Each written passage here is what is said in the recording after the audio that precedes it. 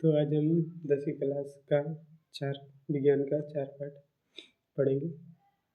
तत्वों का आवर्ती वर्गीकरण, यानी कि तत्व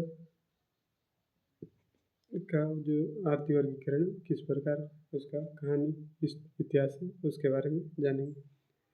तो आप जानते होंगे तत्व क्या है। तत्व एक ही प्रकार के परमाणु से मिलकर बनी हुई एक पदार्थ मान लो, यानी कि एक ही प्रकार के परमाणु से मिलकर बना होता है। उसे सरल पदार्थ में विभाजित नहीं किया जा सकता, यानी कि सरल पदार्थ में तोड़ा नहीं जा सकता है। तो हमारे आसपास विभिन्न पदार्थ पाए जाते हैं। हमारे आसपास बहुत सारे पदार्थ पाए जाते हैं। पदार्थ तो आप जानते होंगे जिसमें द्रव्यमान भी होता है और स्थान भी गिरता है।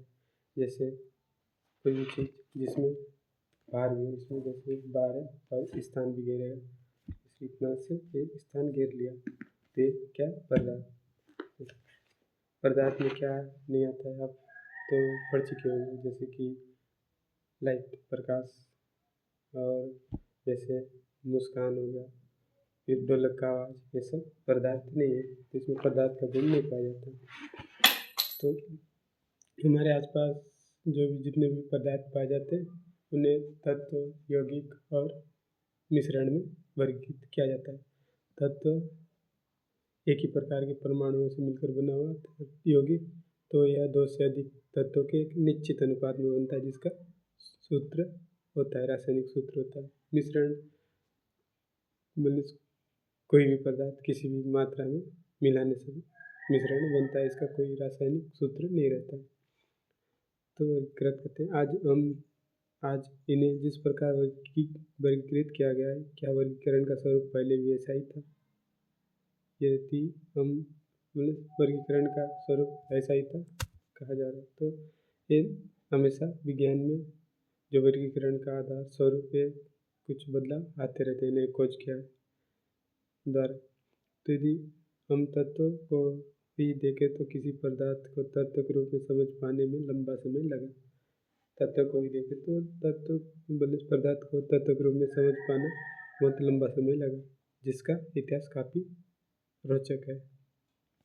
तत्व तब और अब। दार्शनिक अरस्तु ईसा पूर्व 384 से 322 के अनुसार ब्रह्मांड, पूरा यूनिवर्स जो 5 तत्व अग्नि, जल, वायु, पृथ्वी तथा आकाश से मिलकर बना हुआ ऐसा कहा था। किसने? दार्शनिक अरस्तु ने। बाद में ब्रिटिश वैज्ञानिक रॉबर्ट बॉयल, यानी कि उसके बाद ब्रिटिश के एक वैज्ञानिक रॉबर्ट बॉयल 1927 से 1991 ने पदार्थों के संबंध में कई प्रयोग किए, यानी पदार्थ के संबंध में कई प्रयोग एक्सपेरिमेंट करे। इन प्रयोगों के आधार पर उनका तर्क था कि अरस्तु द्वारा उल्लेखित पंच तत्वों को तत्वों की श्रेणी में नहीं रखा जा सकता। तो उन्होंने प्रयोग करे, एक्सपेरिमेंट जो भी, तो उन्होंने प्रयोगों के आधार पर कहा कि उनका जो तर्क था अरस्तु का, पंच तत्व जैसे अग्नि, जल, वायु, पृथ्वी तथा आकाश से जो है ये तत्व की श्रेणी में नहीं रखा जा सकता। तो ये किसने कहा था? ब्रिटिश के वैज्ञानिक रॉबर्ट बॉयल ने। फिर उसके बाद 18वीं शताब्दी में फ्रांसीसी रसायनज्ञ लेवजियर के अनुसार तत्व वह पदार्थ है जिसे और सरल पदार्थ में विघटित नहीं किया जा सकता। तो फ्रांसीसी रसायनज्ञ लेवजियर के अनुसार तत्व का परिभाषा क्या है? वह पदार्थ जिससे और सरल पदार्थ में विघटित नहीं किया जा सकता, कि और उसे और अलग अलग पदार्थों में, सरल पदार्थ में बांटा नहीं जा सकता। उदाहरण के लिए हम जानते हैं कि जल को हाइड्रोजन तथा ऑक्सीजन में विघटित किया जा सकता है। हम जानते हैं कि जल H2O यानी कि हाइड्रोजन और ऑक्सीजन में विघटित किया जा सकता है, अतः जल तत्व नहीं है। तो लेवजियर ने रासायनिक तत्वों के प्रयोगों प्रायोगिक आंकड़ों के आधार पर जो सूची बनाई उसमें 33 तत्व थे। लेवजियर ने जब रासायनिक तत्वों को प्रायोगिक आंकड़े के आधार पर जो सूची बनाया था उस समय 33 तत्व ज्ञात थे। वर्तमान में 118 तत्व ज्ञात है। वर्तमान में कितने तत्व ज्ञात है? 118। तो उसके 119 120 ऐसा कुछ भी अभी तत्व कुछ तत्वों का खोज जारी है, पर अभी लिखा नहीं गया है। इतने सारे तत्व और उनके गुण धर्मों का अलग अलग अध्ययन कर पाना बहुत कठिन है। जैसे 118 तत्व यानी कि बहुत सारे, तो उन तत्वों के उनके गुण धर्मों का अध्ययन अलग अलग कर पाना बहुत कठिन काम है।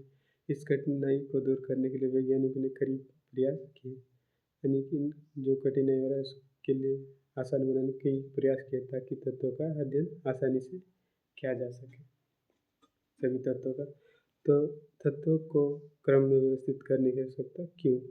हम अपने घर में विभिन्न वस्तुओं को उनके गुणधर्म तथा उपयोगिता के आधार पर अलग अलग रखते हैं। सही है ना? जैसे कि हम जो चीज़ जैसे अलग अलग जगह से सुनने की जगह बेड, कमल, साल वगैरह एक ही जगह, फिर जहाँ पे रसोई घर है पे हल्दी, मिर्ची जो भी है, और थाली बर्तन, ये सब एक व्यवस्था से सिस्टमेटिक ढंग से रखते हैं। जैसे और जैसे दुकान सामान भी दुकान चलाने वाले जानते ही होंगे, जैसे दुकान खोलते हैं तो किधर साबुन, किधर बिस्किट जो भी है, ये सब एक व्यवस्था में रखे रहते हैं ताकि जो भी बोलेगा आसानी से दे पाए।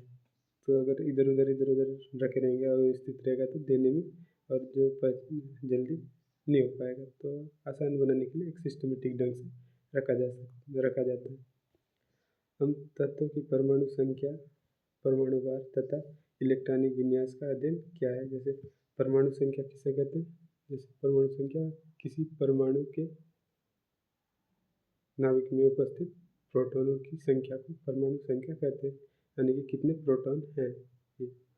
और जैसे परमाणु भार किसी परमाणु के नाभिक में जो प्रोटॉन और न्यूट्रॉन होते हैं, प्रोटॉन और न्यूट्रॉन का जो योग होता है उसको ही परमाणु भार कहा गया।